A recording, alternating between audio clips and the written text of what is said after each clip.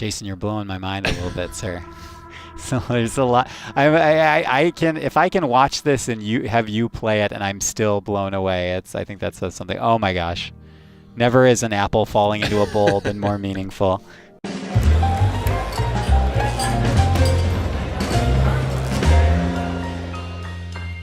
Hello, my friends. Welcome back to PlayStation Underground. On today's show, we are playing Gorogoa, which is coming to PS4. I am joined by the game's creator, Jason Roberts. Jason, welcome to the program. Hello. Thanks for having me. It's a pleasure to have you here.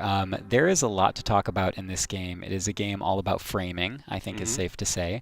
It is a puzzle, both a puzzle and maybe loosely narrative-based game. And I kind of want to hear how this all started. It is narrative. The narrative is, somewhat intentionally mysterious. I've been asked about how it started many times, and so it's partly truth, partly myth at this point. To try and reconstruct the origins that happened like 10 years ago now, probably, before I, Yeah, you've been especially from concept, you've been working on this for a long time. Yeah, I mean, back 10 years ago, I was just writing down stuff in notebooks, probably. It started. It very sort of indirectly grew out of a comic project. So I like making visual art. I like drawing, and I was but I've always had trouble just doodling absently, and I need drawings that I make to be part of some kind of a project or structure. So I was looking for something that would just give me reason or a structure within to produce lots and lots of do lots of visual design and lots of drawing.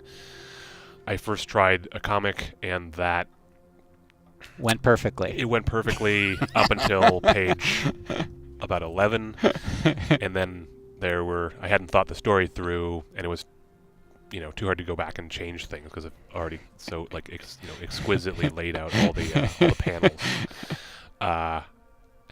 And I also realized that it was the page layout, assembling the frames, that I was most excited about.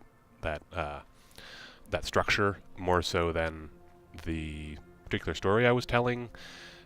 And I began to think about ways to take that, kind of creating that mosaic of these kind of visual or narrative compartments that make up the comic page, and do something else with them. Take away the rules of sequential art that is kind of definitional to comics, and explore something else, because I like seeing framed images arranged in this kind of evocative way, and just by seeing multiple images, your mind tries to figure out how they're connected. And I want to quote you in something, Sure. An absolutely marvelous quote that you gave us for a PlayStation blog, actually, which is, a spoon is just a spoon, but a framed picture of a spoon is a message. And I think that is such a marvelous, marvelous piece of information about how you kind of view the purpose of this game. Yeah, I mean, I was partly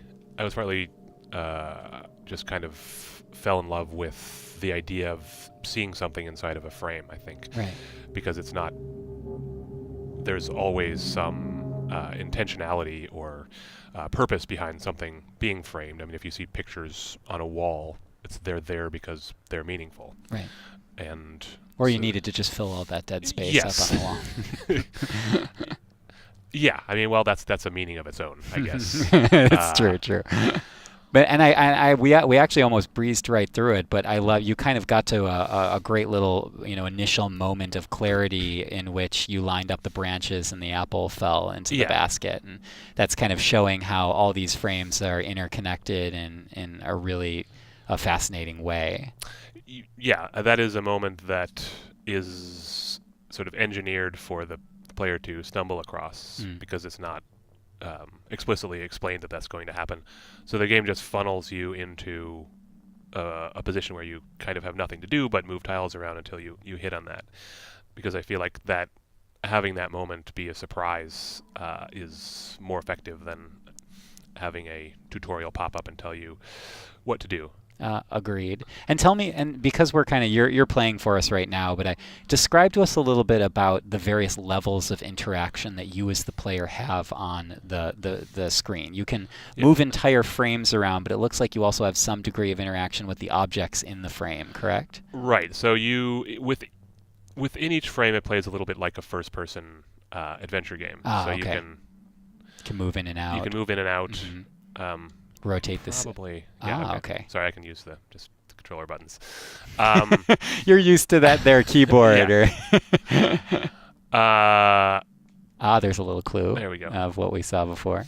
So yeah, so you can move your point of view, and that's it. So you can't physically interact with Ah, okay, objects. I see. So you're just moving your point of view, your perspective. And that was a very important design decision that I made early on, as a kind of discipline, partly as a kind of discipline for myself, so that I couldn't design any puzzles that are entirely within one frame. Okay. So, I mean, one thing early on that I considered was the ability to, say, put a combination lock on a door, and then you search an area for a clue, and then you Right. can go push buttons to enter the combination, and that would that would help sort of pad out the length of the game and give me puzzles that are easier to design than these ones where two pictures connect together. So I initially wanted that safety net, but I decided that no, I should, you know, place this kind of discipline on myself where I have to use the unique mechanic of this game for every single puzzle, and that ended up making the design much more complicated because I can imagine.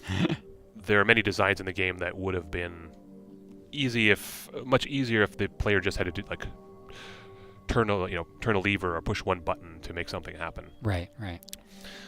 And it's through, as I always like to say, through restraint that we often reach our best work. So Yeah, I mean, I think that the inability to have direct sort of physical interaction by the player did force me to design puzzles in a weird and different way, and it forced me to make the source of energy for anything that kind of moves in the scene has to come from within the world.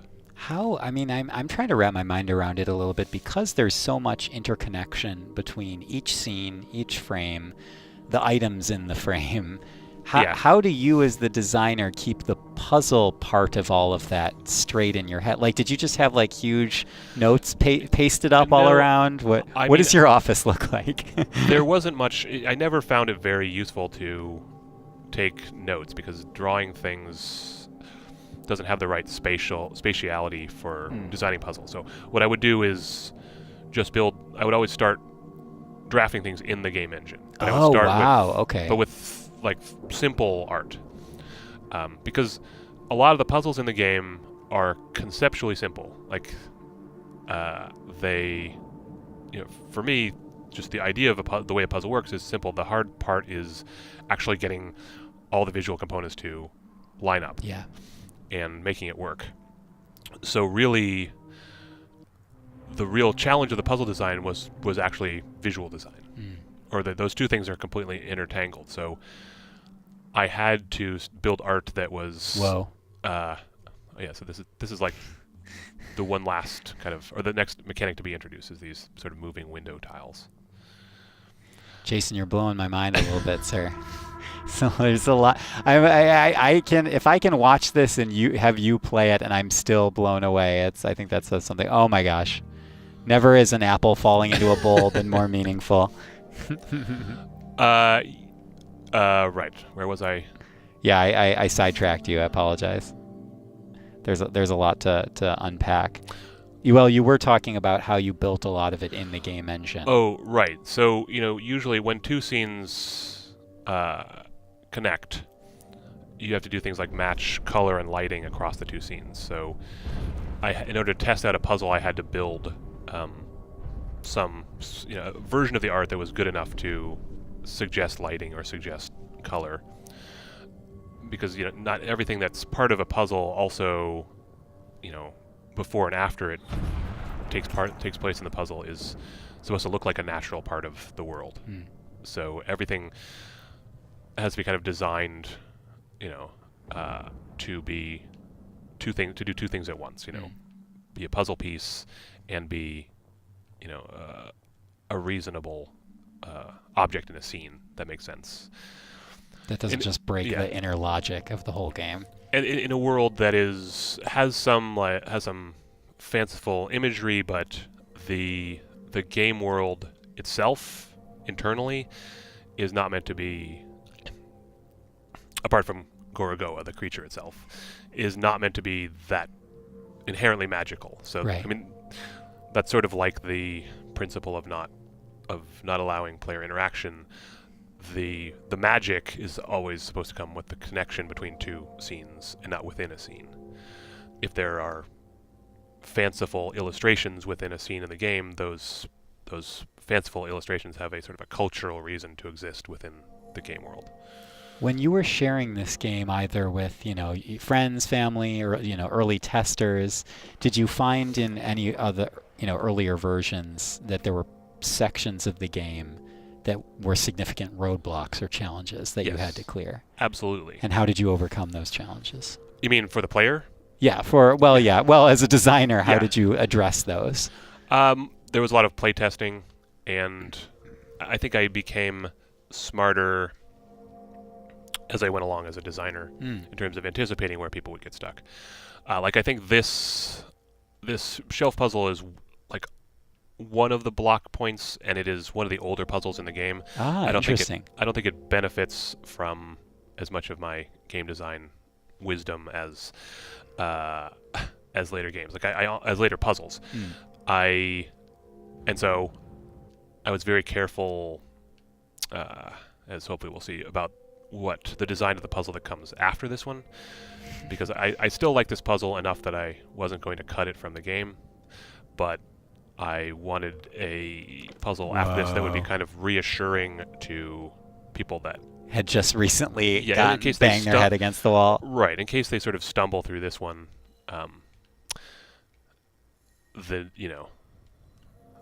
the next puzzle is designed so that it can't be, you can't accidentally solve it, basically.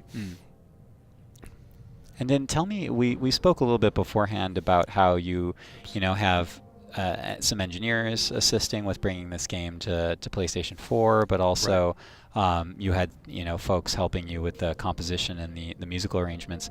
In terms of art, I mean, is that largely your design? Did you bring in others to complement your work? How did that work out? Yeah, I did all the art illustration. In the game. Yeah.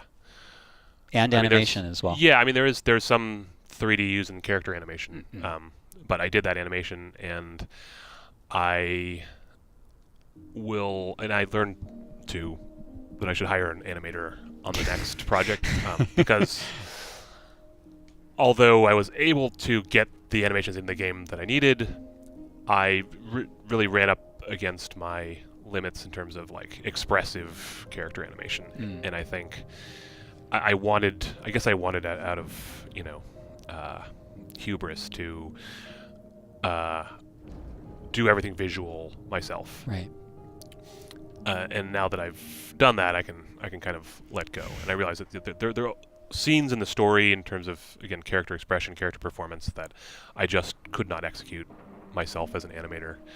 And if I'm working with somebody with that skill set, that will open up new, whole new avenues for me as a storyteller, I think. Superb.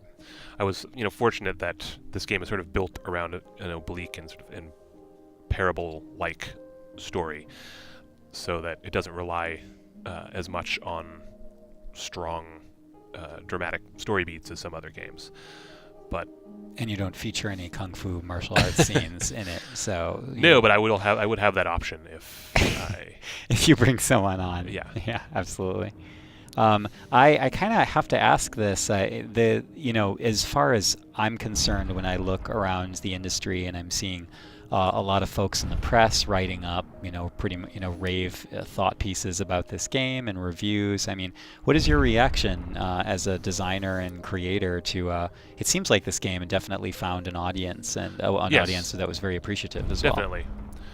What's my reaction been to the reaction? Yeah, exactly. It's been, I do insulate myself.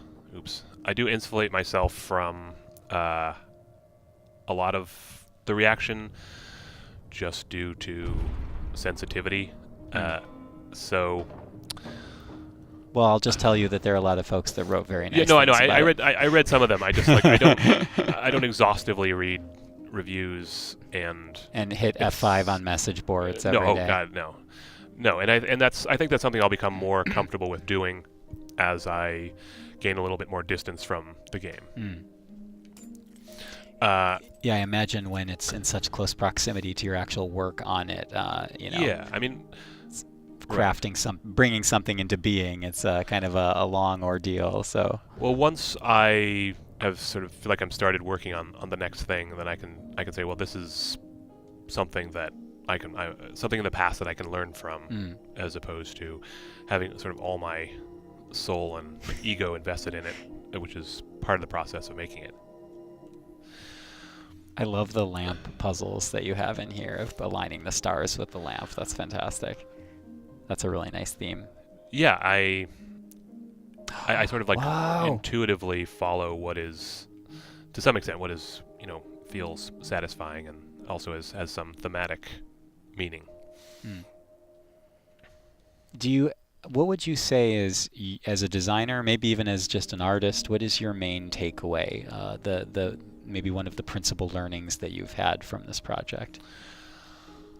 I mean, there's basic things like, there's the fail fast adage. I think early on I put too much time into finishing art or finishing the design for sections of the game that I hadn't thought through in terms of their narrative or or thematic function, and in the end couldn't be kind of salvaged. So I threw out a ton of work, and a lot of that is just part of the learning process.